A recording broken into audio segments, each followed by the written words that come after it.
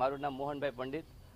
શ્રી મા ગૌસેવા હોસ્પિટલ કુકસવાડાની અંદર આત્મા પ્રોજેક્ટ દ્વારા એક બીઆરસી યુનિટ આપવામાં આવેલો છે.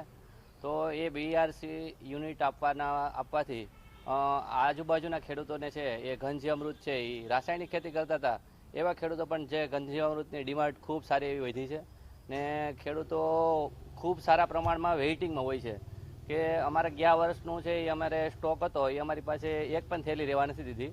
ખેડૂતો સામેથી એમ કહે છે કે અમારો એડવાન્સમાં અમારે 2 થેલી 5 થેલી 50 થેલી એમાં આજુબાજુના વિસ્તારમાંથી ખૂબ સારો એવો ડિમાન્ડ છે.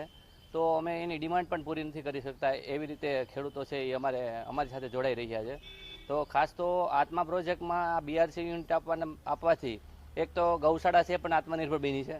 તો ગૌશાળાઓની અંદર જે પહેલાં 2 રૂપિયાનું કિલો ખાતર વેચાતું હતું, હાલ એ 10 રૂપિયામાં વેચવા માંડી ગયું છે. કેમ કે પહેલાં 2 રૂપિયાના માધ્યમથી 10 રૂપિયા વેચાણું તો ગૌશાળાની અંદર એક ઇન્કમ છે એ સારી એવી ને વધીને ખેડૂતો છે એ પ્રાકૃતિક ખેતી તરફ વળ્યા છે. એમ કે રાસાયણિકની અંદર એને જે ખાતર નાખતા એના કરતાં એને ઘનજીવામૃત નાખવાથી એને ખૂબ સારો પરિણામ મળ્યું છે.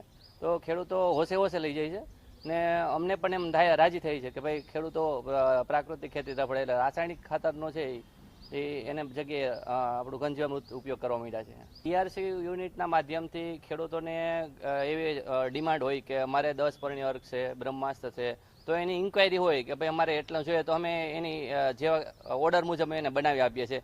ઘણા બધા ખેડૂતો એવા છે કે કોઈ નોકરિયાત વર્ગ છે એને ઘરે જીવામૃત નથી બનાવતા, તો એને એવું લાગે કે મારે રેડીમેડ જોતું તો એનો 500 લીટરનો ઓર્ડર હોય તો અમે એને જીવામૃત પણ બનાવીને આપીએ છીએ તૈયાર, કે જીવામૃત છે એ પણ એને રેડીમેડ મળે છે. ગૌમૂત્ર પણ અમારું અહીં સ્ટોરેજ થાય છે.